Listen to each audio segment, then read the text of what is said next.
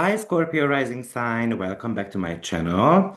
Today we are going to be talking about the first week of June, from June 1st through June 7th.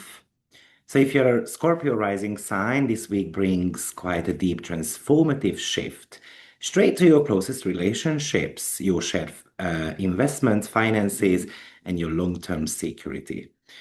I think you are moving away from a bit of stubborn friction between a partner and your home life through this bit of a shock to your joint assets and your deep psychological contracts, and landing at a crossroad where you must balance your higher vision with your daily work commitments. I think the story of this week is about shedding old habits of social people pleasing, stepping unapologetically into your financial power, and completely rewriting the rules of your domestic agreements. So let's map it out day by day so you can really control the narratives. So the story begins on Monday, June 1st, with a quite loud clash between your closest partnerships and your domestic life. Your chart ruler, Mars, is running through the seventh house of marriage, business partnership, and clients. In Taurus, Mars gives you an incredible, stubborn, unyielding drive to handle your relationships on your terms. But it also means you are completely unwilling to budge. Remember, we are not only talking about romantic relationships, it could be anyone in the world, really. Because this is a question I tend to get. Oh, Victor, but I don't have a relationship. So what does that mean for me? Everyone has got a relationship. So it's not just romantic. It could be your neighbor who is kind of like an enemy to you, an opponent to you, because we are having an argument. But anyway, Mars throws that sharp square to Juno sitting in your fourth house. And Juno represents our binding commitments and contracts. And in your fourth house, this covers family foundations, real estate, household rules, domestic agreements. So you're likely to experience the tug of war between a partner's demands and the responsibilities or boundaries of your home and family life. A business or romantic partner might push back against the domestic arrangements, or you might find yourself resisting a family obligation because you feel it threatens your autonomy within a partnership. It could also talk to you about that you already made a agreement with a client of yours, and then maybe they cancel on the very last minute, causing you a financial stress. So the lesson for Monday is to watch the urge just to bulldoze the situation. Your chart ruler is digging heels in, but forcing an outcome today will potentially only fracture your inner peace, your domestic foundation. Maybe this is also about the partner who is demanding more attention, but you have already made commitments towards your own family. So this could cause a bit of a friction. Now, thank God, the next day we've got a bit of a stabilizing energy on 2nd of June. The sun is lighting up your eighth house and makes a very supportive sextile to Saturn in your sixth house. So the sun in your eighth house of joint ventures, the financial strategies, investments, taxes, and then that supportive grounding sextile to Saturn, which is sitting in your sixth house of daily routines, health, operations, kind of like when we want to fix something. So this is brilliant for financial planning, operational restructuring, auditing your back-end system. While you are diving deep into investments under the Gemini Sun, I think its connection to Saturn gives you that practical discipline to execute something. So this is perfect to audit your business expenses, set up automated financial pipelines, handling corporate tax structures, negotiate funding for a project, even talking with employees about their productivity, for example. I think Saturn in the sixth house gives you immense stamina to tackle tedious tasks. So you can use this window to turn an abstract financial strategy into kind of like a daily operational reality. I would also say that potentially this could be a brilliant day if you want to change something when it comes to your own habits, or simply you decide that I'm going to be creating more of a work and life balance. Now, on June 3rd, we've got a bit of a heavier day or busier day. Mercury trine North Node and Ceres makes a conjunction to Uranus.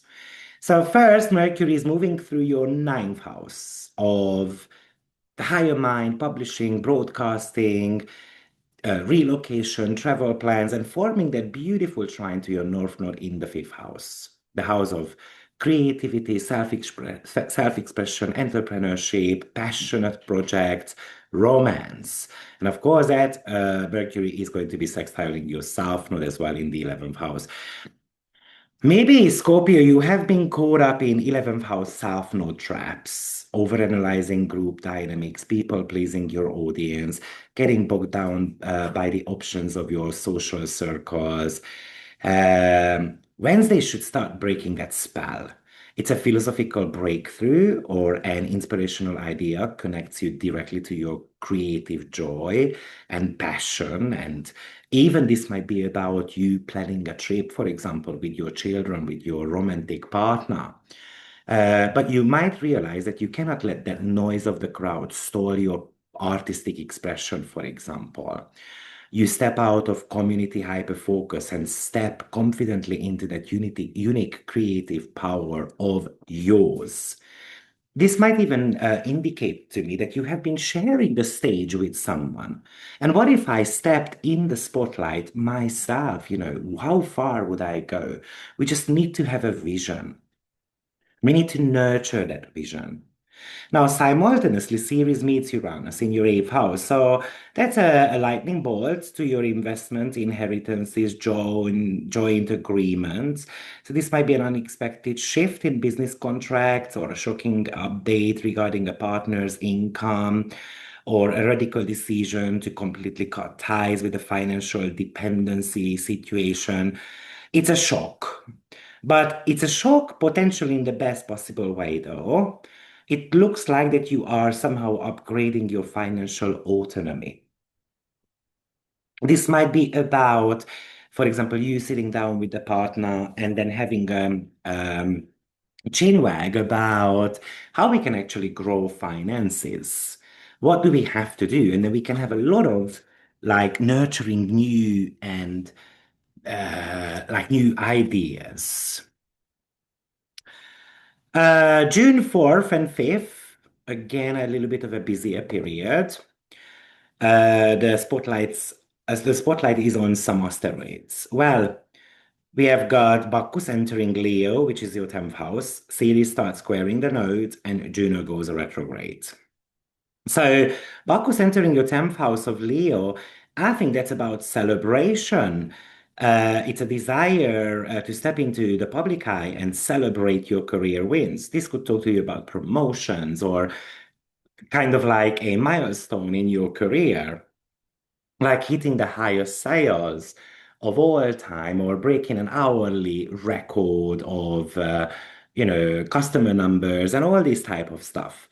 And every single little milestone needs to be celebrated. This could be even, a promotion, and then we're gonna go out with the friends celebrating a bit of a win. Now, June 5th is a little bit more on the serious note. Ceres in your eighth house is moving into a square with the nodes, sitting across your fifth and 11th house. So we had that financial shakeup on Wednesday, and it hits a crossroads with your creative ventures and your audience. So you might find yourself trying to use like hyperlogical Gemini arguments to solve a deep psychological or issue or some type of financial issues. And it feels like that the universe is blocking that escape route. So if you fall back into that old patterns of obsessing over what the collective thinks, what others are thinking, what my friends are thinking, trying to micromanage your investments, you will trigger extreme anxiety. This is telling you to trust and nurture your personal creative vision. And it's okay to be financially independent. And Juno goes retrograde in your fourth house. So for the next few months, You are looking at your domestic contracts, family agreements, real estate arrangements, or all of these could undergo a major audit. Like, is this living arrangements or family dynamic genuinely fair, or am I sacrificing my personal freedom just to keep the peace at home? We need to slow down domestic negotiations right now, at least until Juno leaves at 11 degree and it goes back on to 10 degree. On the 5th, we have got Persephone entering Taurus, and on the 6th, we have got asteroid Lilith entering Gemini. Remember that intensity in your partnerships on Monday. Well, this is when you are meant to be reclaiming your full power because Persephone is moving into the seventh house, and that is a psychological rebirth regarding your one-on-one connections. You are no longer bargaining with your boundaries or tolerating people who try to manipulate your energy. It's all about finding empowerment through building that rock solid walls around your partnership, demanding absolute request and equality. And with asteroid Lilith moving into Gemini, which is your eighth house, this is the house of deep transformation and secrets. So any desire to minimize your worth or stay quiet about hidden power dynamics should start vanishing, really. You are claiming absolute power over your resources, your psychological independence. You will have zero tolerance for double standards, financial manipulation, gaslighting as well. So if you handle client contracts, joint assets, deep psychological work, this is actually a green light to speak your unfiltered truth. It's about, I refuse to play power games, basically. And the last day of the week is the 7th, when we have got Mercury running into a square with Vesta in your sixth house. This is a conflict between your big picture strategies or training programs and your sacred devotion to your daily work routines or physical health. I want to give you an example because I had this aspect a long time ago, but I had this. And what happened was that I was doing my main work and my astrological work also started blooming, and I was trying to navigate both at the same time. And I ended up working 16 hours a day. And I had to make a choice, a decision. I had to think about whether I'm going to be keeping kind of like the secure job, or am I going to go for something that is potentially maybe failing in 6 months' time, but it goes really well right now.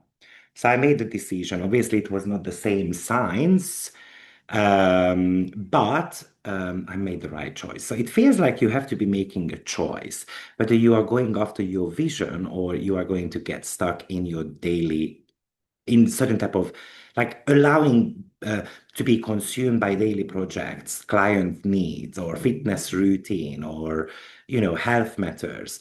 The ninth house Mercury is flooding your mind with macro ideas, a lot of planning there. Maybe you have got a lot of educational content ideas demanding your attention, but you have got a lot of responsibilities happening at the same time. It's like you are trying to execute your grand vision while simultaneously trying to micromanage your daily workload, and your brain can get fried. So we're going to have to compartmentalize here, set a hard boundary, dedicate set hours to look at the macro vision of your brand or studies, and step away completely to let your physical body rest, honor your daily routines without any type of burnout. It feels like this week you are stepping out of a social people pleasing, navigating critical domestic and family audits, claiming absolute financial or relational sovereignty. I think it's about you speaking with raw authority from your deepest psychological core, and you are letting your uncompromised truth kind of like leading the way. So thank you for watching. I hope it helps. Don't forget to hit the like and the subscribe button. Do share your experiences in the comments box below. Firstly, because I would like to read them. Secondly, because it helps me reach a bigger audience as well. See you in my next forecast. Bye for now.